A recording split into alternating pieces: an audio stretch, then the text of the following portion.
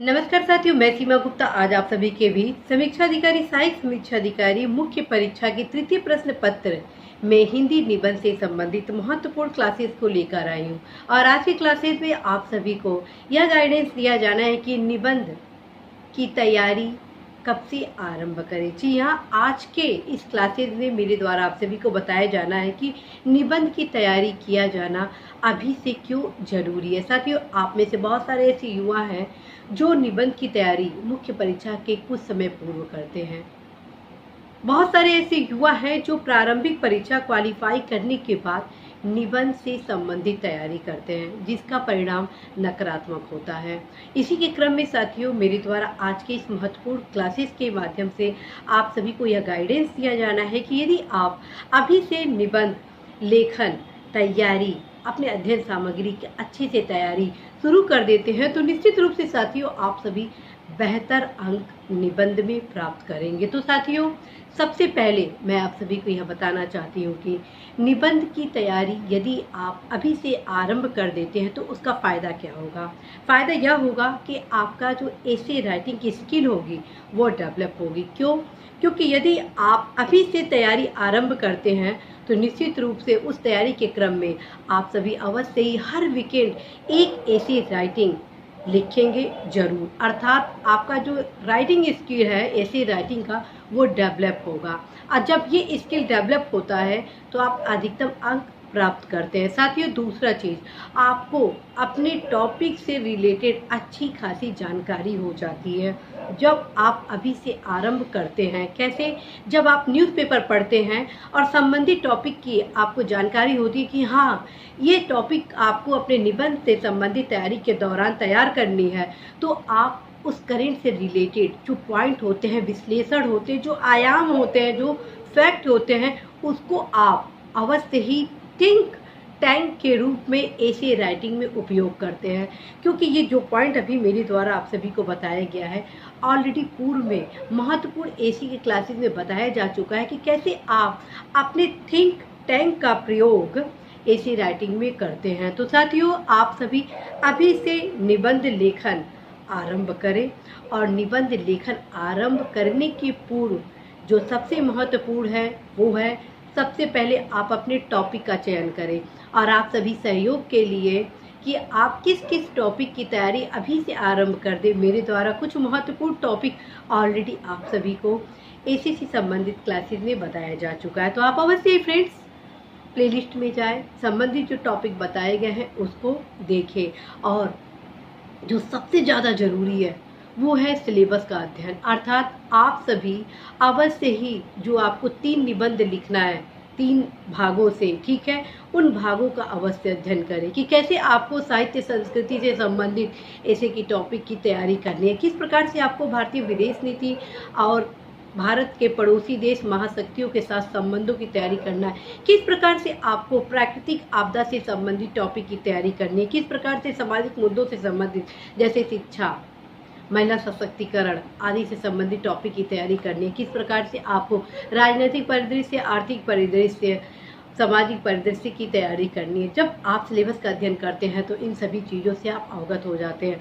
और जो सबसे मोस्ट इम्पॉर्टेंट है वो है अध्ययन सामग्री, अर्थात मेरे द्वारा ऑलरेडी आप सभी को बताया गया है कि आप सभी जब टॉपिक का चयन करें तो हर एक टॉपिक की तैयारी योजना पत्रिका अथवा कुरुक्षेत्र पत्रिका, इन दोनों पत्रिकाओं में से एक का चयन करेंगे और अपना एक नोट्स जरूर बनाएंगे। और साथ में सहयोग के लिए मार्केट से किसी भी सोशल इशू से रिलेटेड एक निबंध का किताब जरूर ले लेंगे, ताकि जो फैक्ट से संबंधित महत्वपूर्ण जानकारियां हो उससे आप कलेक्ट कर सकें। और फ्रेंड्स, जब आप न्यूज़पेपर पढ़ते हैं संबंधित टॉपिक से रिलेटेड जो न्यूज़ उसमें होते हैं, फैक्ट होते हैं, विश्लेषण होते हैं आर्टिकल में, उसका समायोजन आप अपने इसी से संबंधित टॉपिक के नोट्स में अवश्य ही समायोजित करेंगे।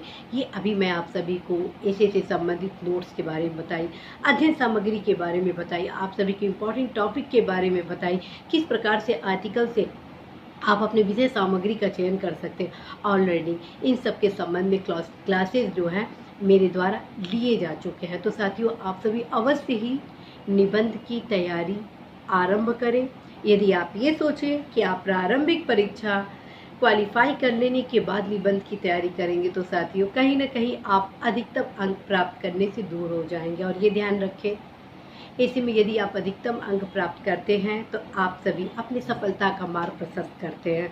और मैं हमेशा कहती हूँ ऐसे के लिए आपको प्रत्येक दिन तैयारी करने की आवश्यकता नहीं है। जी हाँ, ऐसे की तैयारी के लिए आप सभी को प्रत्येक दिन तैयारी करने की कोई आवश्यकता नहीं है। बस वीकेंड पर अर्थात सप्ताह में किसी भी लास्ट 2 डेज सैटरडे या संडे 2 से 3 घंटा या 2 ही घंटा ले लीजिए, आप अवश्य ही पढ़ें। सबसे पहले साथियों आप सभी अपने टॉपिक से संबंधित नोट्स जरूर बनाएं। नोट्स कैसे बनाना है ऑलरेडी मेरे द्वारा आप सभी को बताया जा चुका है। नोट्स के बनाने के क्रम में आप सभी को मेरे द्वारा बताया गया है। प्रत्येक टॉपिक के लिए आप सबसे पहले जो भाग निबंध के होते हैं उसके संबंध में आप 2 से 3 पेज में कलेक्शन जरूर करेंगे, ताकि जब किसी भी मोड में संबंधित टॉपिक से रिलेटेड निबंध आए तो आप सभी अपने स्किल के माध्यम से उस संबंधित टॉपिक में बेहतर प्रस्तुति के माध्यम से ऐसे लिख सकते हैं। ध्यान रखें, यदि टॉपिक के समस्त आयाम आपके तैयार होते हैं तो निबंध किसी भी रूप से क्यों न पूछ दिया जाए, आपका स्किल डेवलप रहता है राइटिंग में अर्थात ऐसे राइटिंग में, तो आप अधिकतम अंक प्राप्त करते हैं। तो साथियों आप अवश्य ही इन सब चीज़ों को जरूर ध्यान में रखेंगे और हर एक वीकेंड पर एक निबंध की तैयारी करेंगे। सबसे पहले अपने अध्ययन सामग्री से नोट्स बनाएंगे, उसके बाद जितने भी उस टॉपिक से संबंधित प्रीवियस ईयर के क्वेश्चन है, चाहे वो IAS का हो, चाहे PCS का हो, चाहे RO एग्ज़ाम का हो, निबंध से रिलेटेड सारे क्वेश्चन को पढ़ेंगे।